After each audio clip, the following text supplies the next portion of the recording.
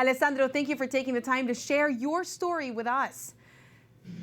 Thank you so much for having me, Montse. Of course. You left a promising career in finance after graduating from Notre Dame to start this now very popular app, Hallow. What led you to take this leap of faith? Well, honestly, the very short answer is prayer. But I think each of us, which is obviously a little bit obvious, but the founding team really had, of which I'm only one member, really had kind of two sets of experiences. Mine was, I was working 7 days a week, 90-plus-hour work weeks on Wall Street, and was really just overwhelmed with the stress of everyday life. And it was in looking for peace that I originally found my way to secular meditation through the recommendation of friends, which has really become popular in recent time, apps like Headspace and Calm.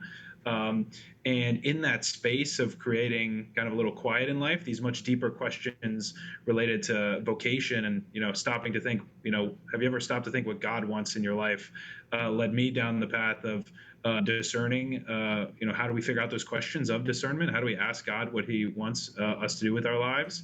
The other half of the group went through your classic falling away from faith into atheism, agnosticism out of high school and college.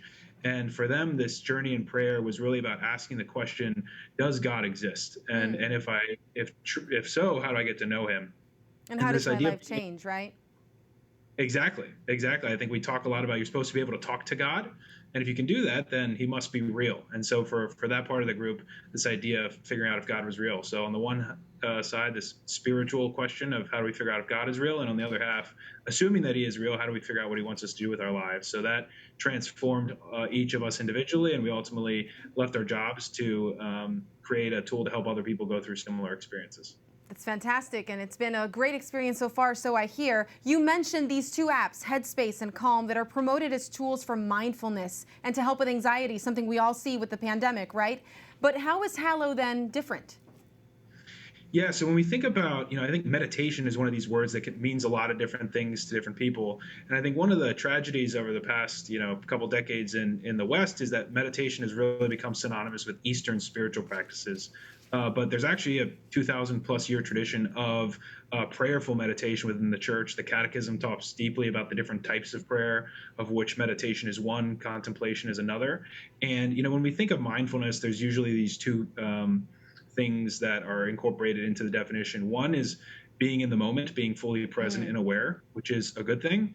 The second thing is an attitude of detachment or non-judgment. And that's something that as Catholics and Christians, we tend to struggle with. And so when we talk about the difference between Catholic meditation and secular meditation, it's really about finding peace in the moment, because the present moment is the only moment in which we can experience Christ, right? We have to be present in order to hear his voice. If we think about kind of in the Old Testament, 1 Kings chapter 19, where Elijah goes up to the mountain to listen to God's voice, he has to listen in the quiet to hear the voice.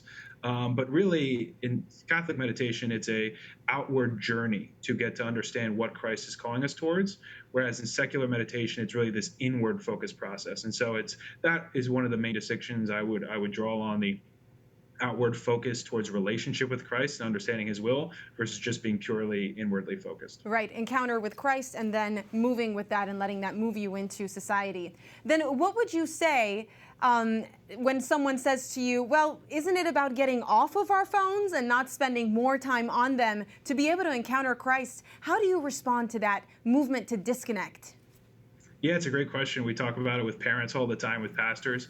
I think we are in a world in which technology exists. And I think, like anything else, technology is a tool that can obviously either be used for virtuous or not so virtuous purposes.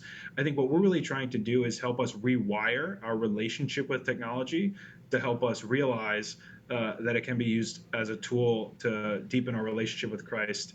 The main experience of the app is audio guided in nature. So it's almost technology without technology, in that you choose what you want to pray about, how long you want to pray. You press play and then you close your eyes and really focus again on that outward relationship. So we put the phone away to better rewire that experience.